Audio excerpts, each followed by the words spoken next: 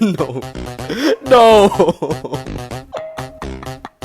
I tried to tell you. No. Before we jump into the Heat vs Celtics prediction, allow me to have 30 seconds to tell Bucks fans, I told you so.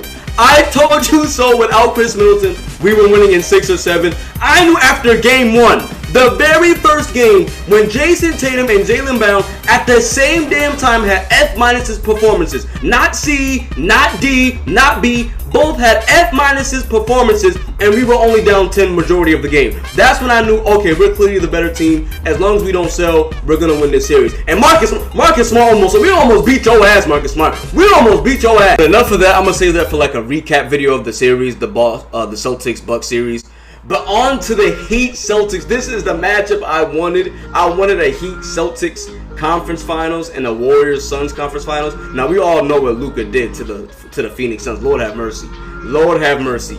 But the Miami Heat, let me first start off by saying this. So many people are disrespecting Jimmy Butler, man. I put him in my top 10 players of 2022. I'll drop a link in the description on that video. I had him at number 9, right above Embiid, but I think I had him right under Curry. And you can even make the argument he plays even a slightly better than Curry, which I can't argue against. Like I said, this man has beaten Giannis in the playoffs and Jason Tatum in the playoffs before. He's taken the 2 games off LeBron and Anthony Davis and a playoff Rondo, and Bam is injured like half the series, and Goran Dragic, your leading scorer at the time during the playoffs, goes down, and you still take 2 games off LeBron and AD and Rondo? Like, this man is different. This man is an MVP player in the postseason. So I think this is gonna go 6 or 7 games, regardless of who wins. But I'm just gonna say what my prediction is right now. I have the Boston Celtics, not just because I'm a fan. Like I admit I am a Boston Celtics fan, but I always give an objective, opinionated, view. You know what I'm saying? I'm objective. I say facts. That's what I do. That's what I like to state. But I have us winning in 6. And we're just a better team. We're deeper, we're bigger. And the biggest reason besides Jimmy Butler, when they beat us in the bubble, obviously Jimmy Butler was a huge reason for that. But Bam had probably the biggest impact in that series. And the reason why I think it's going to be different now is because we didn't have Al Horford at the time. And we didn't have the Time Lord. No, I think we had him, but he wasn't obviously what he is now, what he was back then. But I can make an argument that Robin Williams is just the Bam Adebayo for the Celtics. An elite rim protector that's mobile, can run the floor and finishes through contact at a very high rate, very efficient around the rim. Like, we match up well. We have 3 or 4 people, just like against Giannis, just like against KD, that we could throw at Bam Adebayo. So I think it's going to be rough for Bam. So I'm not worried about him too much, even though, like I said, I know he had a big impact in the bubble against us. Jimmy Butler and the Heat bench is what scares me. Jimmy Butler, like I said, MVP in the playoffs. But that bench with Tyler Hero, Duncan Robinson, and then that other guy, that European guy, I'm not even going to try and say his name, but we know what I'm talking about. That guy, he's a 3-and-D player off their bench. They're going to, and obviously Coach Eric Spoelstra, we know what he represents, him and Pat Riley. We know the mindset the Miami Heat have. So it's really the Heat's mindset, bench, and Jimmy Butler that I'm worried about. But like I said, I'm going to say Celtics in 6. We're deeper. I think our best player is better than their best player, even though Jimmy Butler has proven more. I think Jason Tatum's upside is higher, which I think we all agree. But Jason Tatum's going to have to go out and prove it now again. He proved it against KD. He proved it against Giannis, especially with that 46 performance in Game 6. Now he has to prove it against Jimmy Butler because Jimmy Butler had the last laugh in the bubble. So I think Jason Tatum definitely has the most pressure. I would say Jimmy Butler probably has the second amount of most pressure in this series.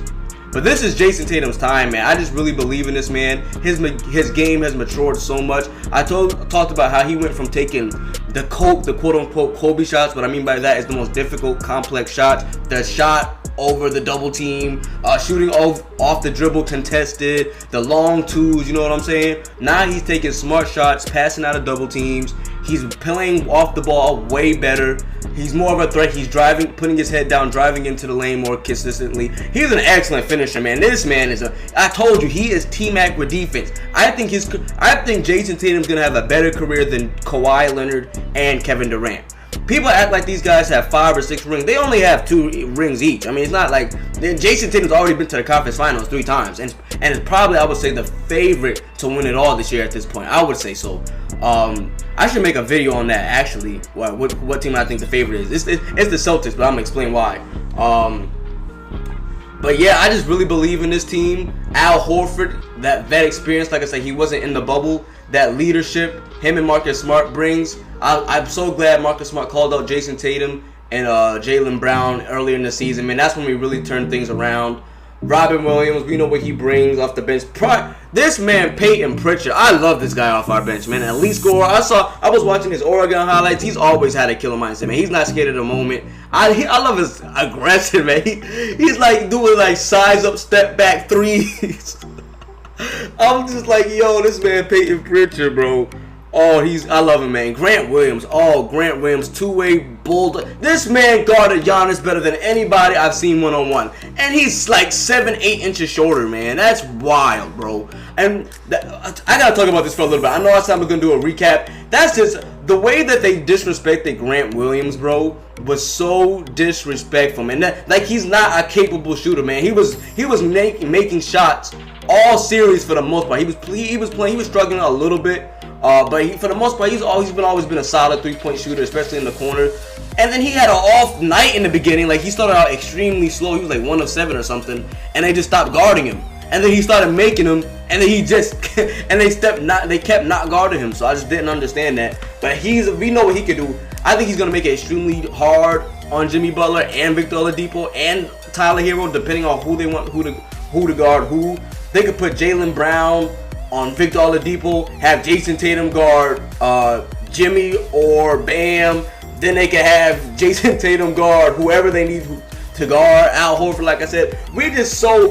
The best part about our team is we have versatile wing defenders. That's the best thing you can have over an elite 3-point shooter like Curry, over maybe even a dominating big, unless it's Shaq or Wilt. The best thing you can ever have on your team is a two-way wing player. Two-way wings, two-way bigs. We have that. Jason Tatum, Jaylen Brown, two-way wings. Marcus Smart, two-way point guard, defensive player of the year. Improved his playmaking and three-pointers. Al Horford, two-way rim protector. I just did a 2K build on that. They labeled him a two-way rim protector. We have a bunch of two-way players who all can score. We have like 5 people. No, we probably have like 6 people who can drop 20 any given night.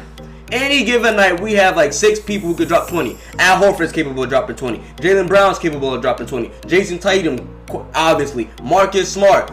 This man, I wouldn't be surprised if this man Peyton Pritchard one day just has a 20-point game soon. I would not be surprised. Like, and Grant Williams just dropped 27. We literally have like 6 people capable of dropping 20 and playing great defense. So I just think we're a better, deeper team. Now, Jimmy Butler can out-clutch Tatum. That's the only way we're losing this season. I mean, this playoffs is if Jimmy Butler just outplays Jason Tatum. That's the only way I see it. Or if the Heat's bench just obliterates ours, which I don't see that happening for the reasons I just gave you.